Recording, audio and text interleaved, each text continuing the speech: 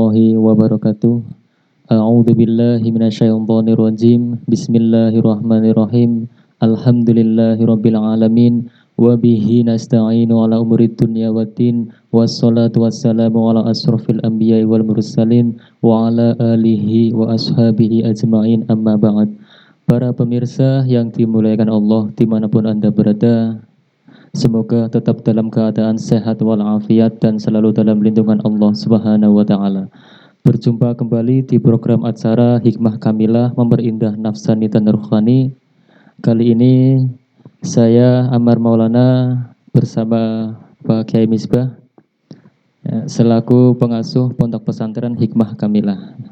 Pada kesempatan kali ini saya akan membacakan beberapa komentar dari para subscriber, di antaranya atas nama Ojo Nesu. Antik namanya, Ojo Nesu.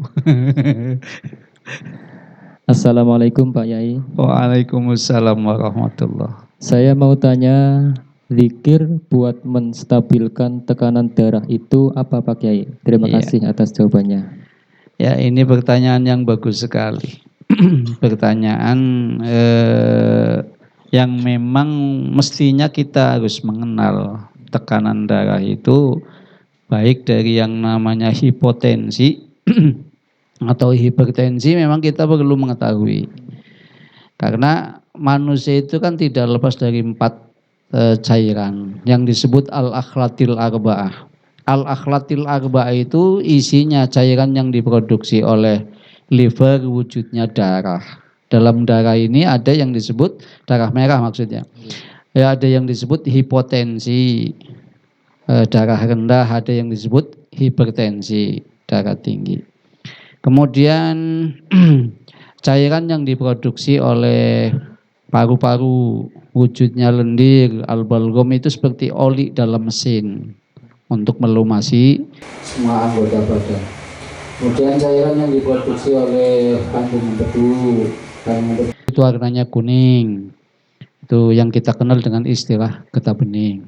Terus cairan yang diproduksi oleh limpa, itu warnanya agak kehitaman. Ini dalam sebuah pemahaman dari Abdurrahman Asyuti menuliskan, biha qawamul badani, dengan adanya 4 cairan ini qawamul badan, badan bisa berdiri tegak. Wa minha solahuhu, dari 4 cairan ini yang stabil solahuhu, badan menjadi sehat.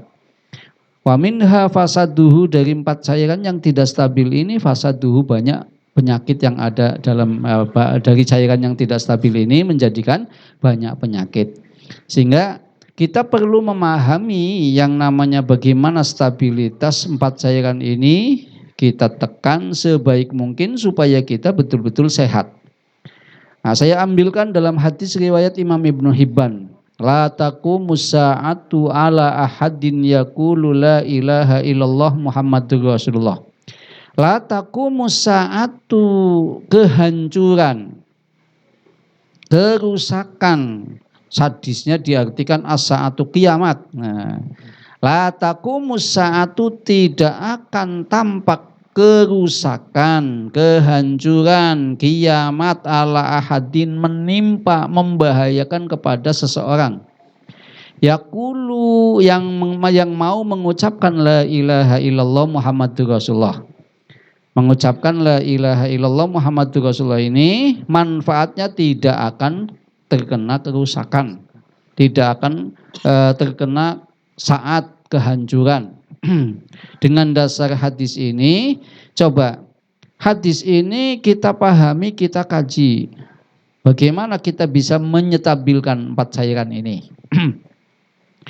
Dalam hadis ini ada satu, dengan tinjauan hikmah ghaibiyah ini tentunya, yang mungkin asing juga, tapi kalau didengarkan ya mungkin asik juga. Ya asing ya asik. Nah, di balik la ilaha illallah Muhammadur Rasulullah dalam satu rumus hikmah ghaibiyah, ketika ada satu lafal, ketika ada satu kalimah atau satu kalimat dalam satu kalimah atau satu kalimat. Kalau satu kalimat berarti satu kata, kalau satu kalimat berarti susunan kata.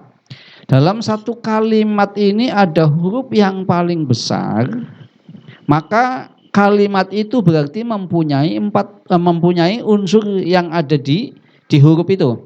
Contoh, la ilaha illallah Muhammadur Rasulullah.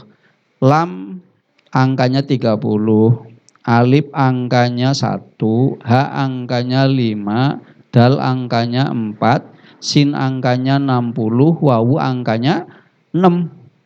Berarti angka yang paling besar adalah di huruf ro. Oh, la ilaha illallah Muhammadur Rasulullah. Huruf ro ini angkanya 200. Dalam merumus salah satu orang hikmah ghaibiyah merumuskan seperti itu. Ketika ada satu kalimat atau satu kalimat ada huruf yang paling besar dalam kalimat itu, maka itu mengisyaratkan, menunjukkan bahwa kalimat itu unsurnya ya unsur huruf itu. Nah, huruf ro ini unsurnya apa? Coba kita lihat dalam abjad Suryani. Abjadun. Itu dari kanan ke kiri jumlahnya 4. Alif ke bawah itu jumlahnya ada 7. Ini alif unsurnya unsur api. Ba unsurnya unsur bumi. Jim ke bawah unsurnya unsur angin. Dal ke bawah unsurnya unsur air. Abjadun. Alif ke bawah tomin fastin. Tidak ada roknya kan? Tomin fastin. Ini hurufnya huruf api semua. Kemudian unsur buminya, huruf buminya, ba ke bawah, bawinin sotidin, itu juga tidak ada huruf roknya. Kemudian dari jim ke bawah, jaskasin kothidin, itu juga tidak ada huruf roknya. Ini unsur angin. Tomin fastin unsur api, bawinin sotidin unsur angin, unsur bumi, jaskasin kothidin unsur angin. Nah ini yang terakhir, dal ke bawah, dahlain rohirin. Oh ini berarti unsurnya unsur air. Nah ketika saya pernah baca di dalam tulisannya Abdurrahman Asyuti, ketika seseorang itu unsur airnya mendominasi, maka itu di situ kana aliman faqihan saliman dan seterusnya. Ketika orang itu unsur airnya menguasai, maka akan menjadi orang yang pandai, selamat, ya. Pokoknya insya Allah akan menjadi orang yang baiklah. Dalam rangka kita menyetabilkan unsur yang ada dalam diri kita, menyetabilkan cairan yang ada di dalam diri kita, ya menurut saya yang paling bagus ya la ilaha illallah Muhammadur Rasulullah. Karena di situ afdhalul dzikri la ilaha illallah, afdhalud du'a la ilaha illallah rawahul Baihaqi. Jadi la ilaha illallah Muhammadur Rasulullah ketika dibaca dengan konsep huruf haknya yang 3. Haknya la ilaha illallah Muhammadur Rasulullah itu ada 3. Itu mengisyaratkan apa? Mengisyaratkan jasmani kita mempunyai indera 5, nafsani kita mempunyai 5 indera, rohani kita juga mempunyai 5 indera. Dalam 5 kali 3 ini berarti apa? 5 angkanya, H angkanya 5, kemudian 3 kali 3 berarti jumlahnya 15. Dalam artian apa? Kita perlu hudu'ul khusyu'i bil hawasil khamsi, konsentrasi dalam berzikir kepada Allah minimal 1 jam. Minimal 1 jam untuk menenangkan jiwa, menenangkan hati, menenangkan pikiran dengan la ilaha illallah Muhammadur Rasulullah yang unsurnya memang unsur air. Ketika dibaca minimal 1 jam, maka kesejukan itu akan kita rasakan. Tentunya dengan konsep hadis riwayat Bukhari, Imam Bukhari di dalam Sahih Bukhari. Di situ as'adun nasi bi syafaati yaumal qiyamati man qala la ilaha illallah Muhammadur Rasulullah khalisan min qalbihi aw nafsihi. Itu di dalam Sahih Bukhari bab iman. As'adun nasi orang yang paling berbahagia. As'adun nasi orang yang paling berbahagia. Bisyafaati, dengan mendapatkan syafaatku yaumal kiamati, kelak di hari kiamat. Siapa dia? Man, dia orang qala yang mau mengucapkan la ilaha illallah Muhammadur Rasulullah kholison, dalam kondisi ikhlas. Nah, kondisi ikhlas ini berarti apa? Tidak ada tekanan, tidak ada paksaan. Kholison min qalbihi, dalam kondisi ikhlas min qalbihi, dari hatinya. Ketika kita zikir la ilaha illallah Muhammadur Rasul dalam kondisi ikhlas dalam hati, itu sejuk sekali Pak Ustadz rasanya. Sejuk, nyaman. Dengan kesejukan ini maka kita akan mengembalikan stabilitas 4 humoral itu, 4 cairan itu. Cairan yang diproduksi oleh limpa itu wujudnya jadi unsur bumi. Cairan yang diproduksi oleh liver menjadi unsur angin. Cairan yang diproduksi oleh kandung empedu unsurnya unsur api. Cairan yang diproduksi oleh paru-paru itu unsurnya unsur air. Dengan 4 cairan ini kita stabilkan 4 cairan sehingga kita menjadi sehat. Sehat jasmaninya, sehat nafsaninya, sehat ruhaninya, sehingga tidak mengalami kerusakan-kerusakan. Nah, kalau kita ingin menyetabilkan, ya bacalah la ilaha illallah Muhammadur Rasulullah dengan konsep tadi, hadis riwayat Imam Ibnu Hibban dan hadis riwayat Imam Bukhari di dalam kitab Sahih Bukhari. Saya kira untuk pertanyaan dari, maaf nyuwun sewu, tadi namanya siapa? Ojo nesu. Ojo nesu, ya. Mudah-mudahan ojo nesu beneran ini. Amin. Ya. Kemudian ada pertanyaan lagi? Ada ini atas nama Imam Saud. Ya. Iya. Assalamualaikum Pak Kiai Misbah. Waalaikumsalam warahmatullahi wabarakatuh. Mau tanya Pak Kiai, apa Iya. hukumnya sholat ba'diyah subuh dan faedahnya sholat fajar, Pak? Iya, ya.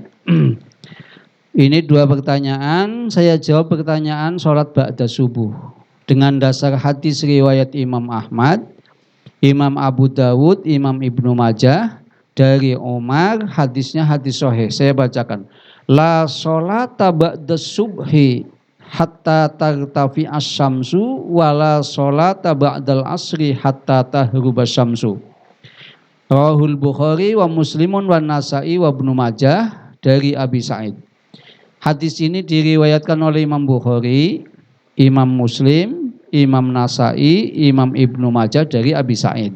Lah kalau Imam Ahmad, Imam Abu Dawud, Imam Ibnu Majah dari sahabat Umar. Hadisnya hadis sahih. La sholata, tidak boleh sholat.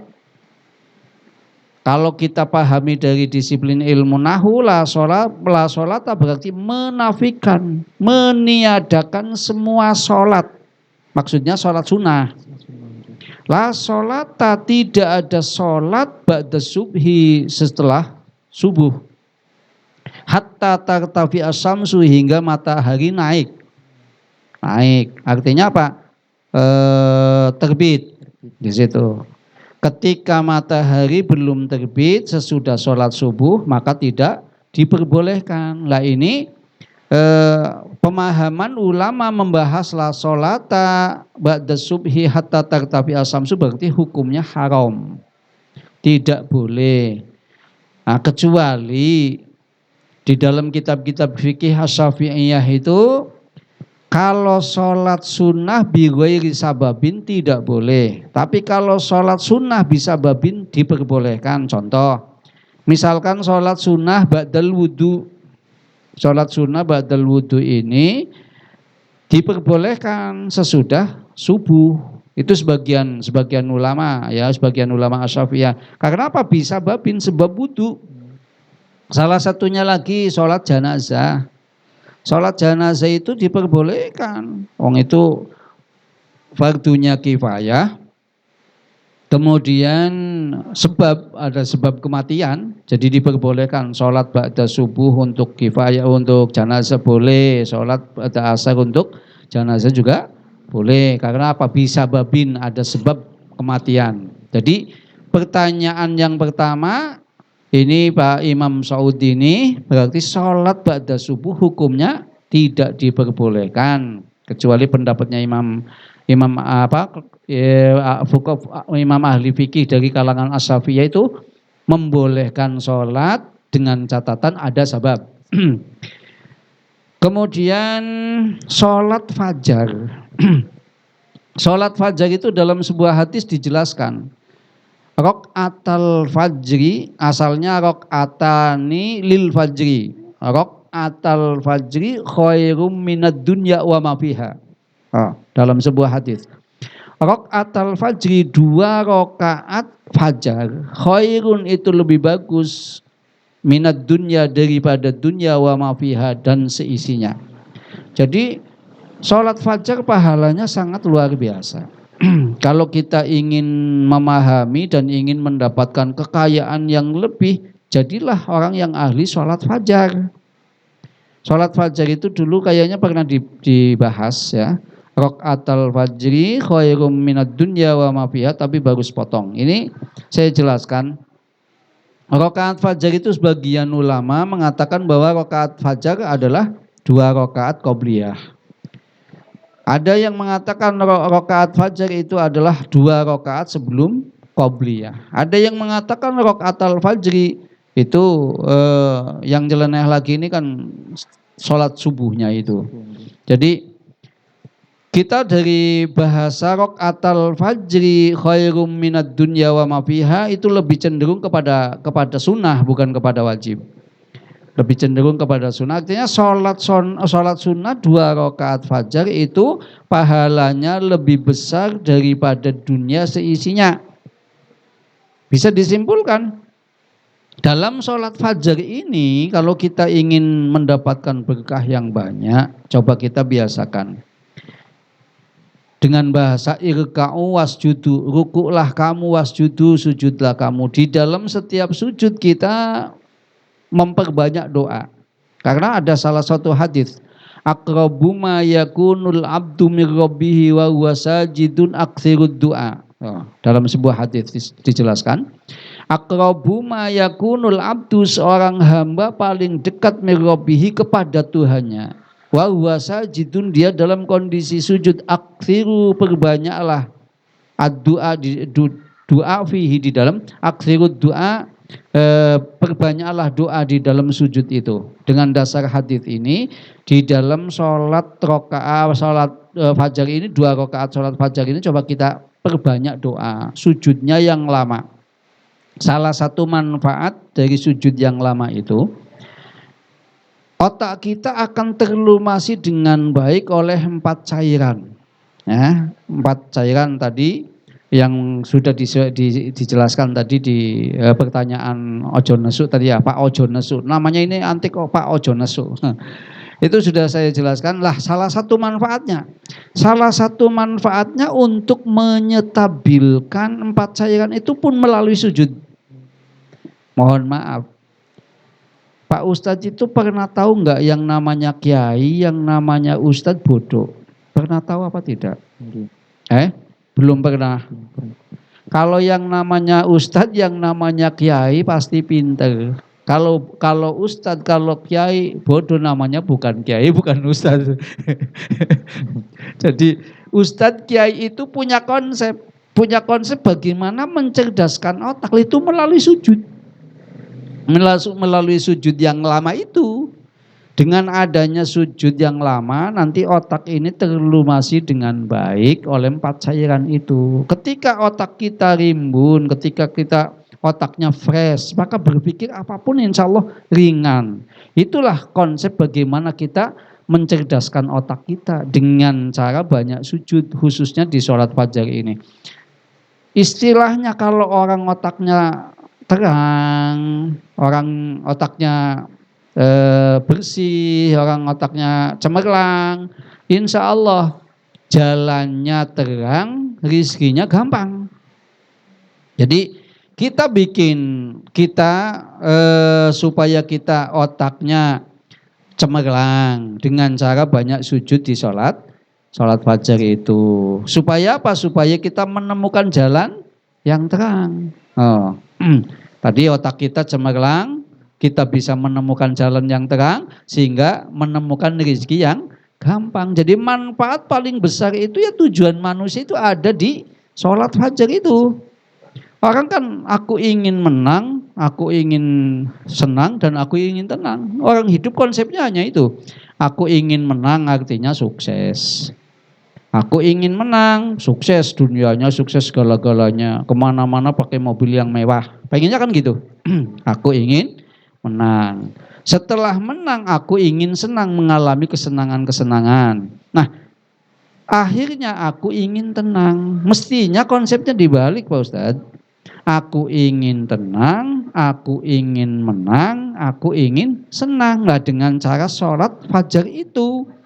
Sholat fajar, kemudian sujud, sujudnya lama dengan dasar tadi aqrabu ma yakunul abdu mirabbihi wa huwa sajidun. Orang yang paling dekat dengan Allah Subhanahu wa taala ketika orang itu dalam kondisi sujud. Jadi saya simpulkan pertanyaan Pak Imam Saud ini, sholat ba'da subuh itu dilarang, ya sholat sunnah ba'da subuh dilarang, ba'da asar dilarang, kecuali ada sebab itu diperbolehkan. Kemudian tentang sholat fajar itu manfaatnya khairum minad dunya wa ma fiha, lebih baik dunia dan lebih baik daripada dunia seisinya. Jadi kalau kita ingin mengharapkan dunia yang banyak melalui sholat fajar itu dan sujudnya lama, berdoa memohon kepada Allah. Saya kira cukup Ustaz.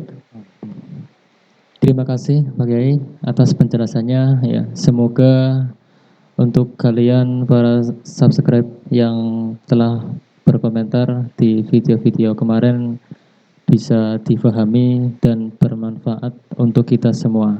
Saya Amar Maulana bersama Pak Kiai Misbah pamit undur diri. Terima kasih. Wassalamualaikum warahmatullahi wabarakatuh.